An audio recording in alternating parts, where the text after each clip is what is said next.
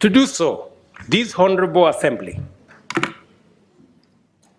must urgently review the funding arrangements to ensure that African Union budgets are financed primarily by members and secondarily by external partners.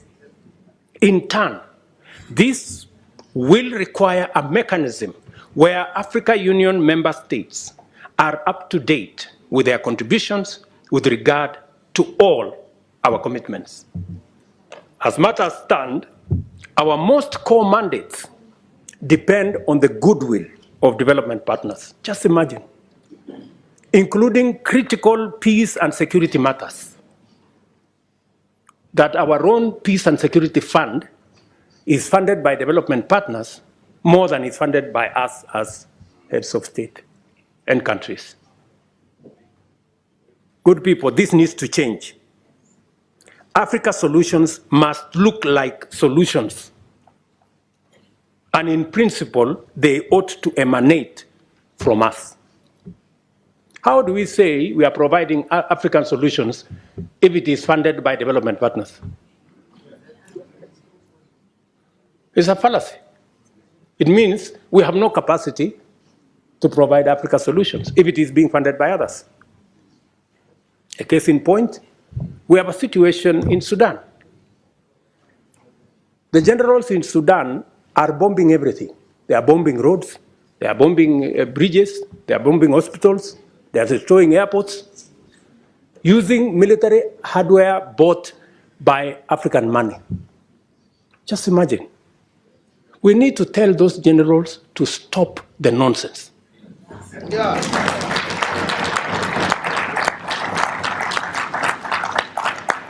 Military capacity is for fighting criminals and terrorists. It is not for fighting children and women and destroying our own infrastructure.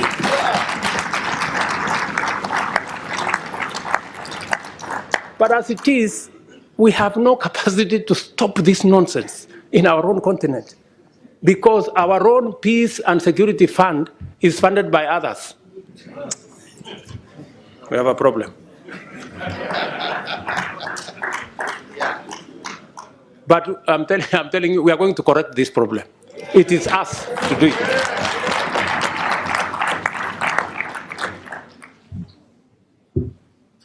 Let me also tell you that I think we're going to have a new, and we need your help. You know, we need your support. You must take up your role. You know, you must take up your role and make sure that our executive, the people running the African Union, are held to account.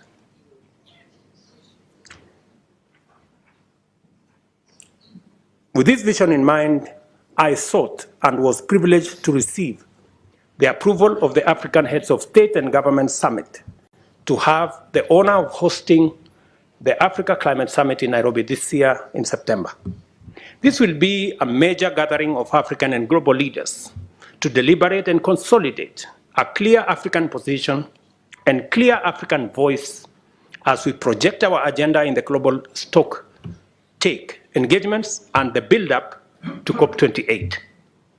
The summit also provides an opportunity to highlight and forge consensus on the modalities of unlocking Africa's vast potential to positively impact the climate agenda and rally the world to tap into the numerous opportunities that Africa presents towards global net zero.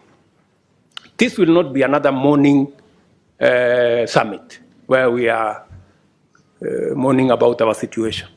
We are going to boldly tell the world we will contribute positively to a solution, and we have what it takes.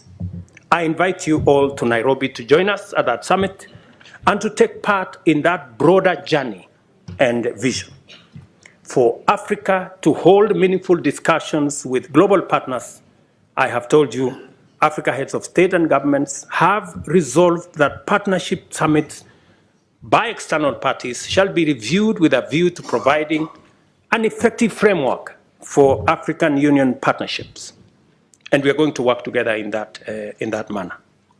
Another proposition I want to make to you is the United Nations. This is an important forum for transacting global affairs in diplomacy, peace, security, and trade, among others. But Africa, a continent of 1.2 billion people and a GDP of close to $2 trillion, finds itself disadvantaged by the current configuration of the UN Security Council, a configuration that was established 80 years ago, before the Second World War. But the world has since changed tremendously, we all know. Countries that had not become self-determining have since attained independence and are making a huge contribution to their people, continents, and the world. It is therefore time to reform the UN Security Council and change it from an exclusive club of 5 permanent members to a more representative global council that works for the interests of the whole world.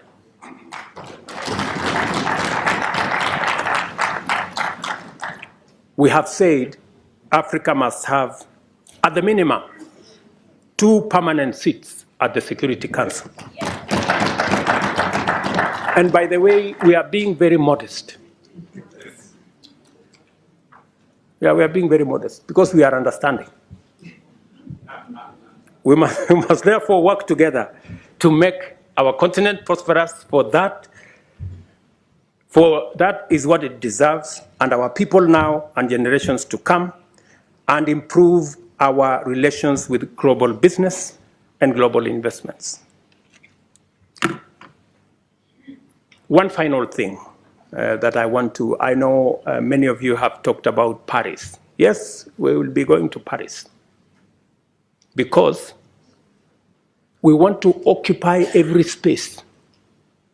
We are going to be consistent. We are going to be coherent. We are going to be audible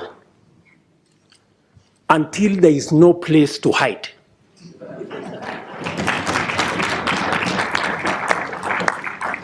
Yeah? Until the conferences are stopped. Otherwise, we will make them noisy, we will make them messy, and there will be consequences. If we are not heard, we are refusing to stay on the margins anymore. Yeah? We want to be at the table. Because we are told the risk of not being at the table is that you could be in the menu.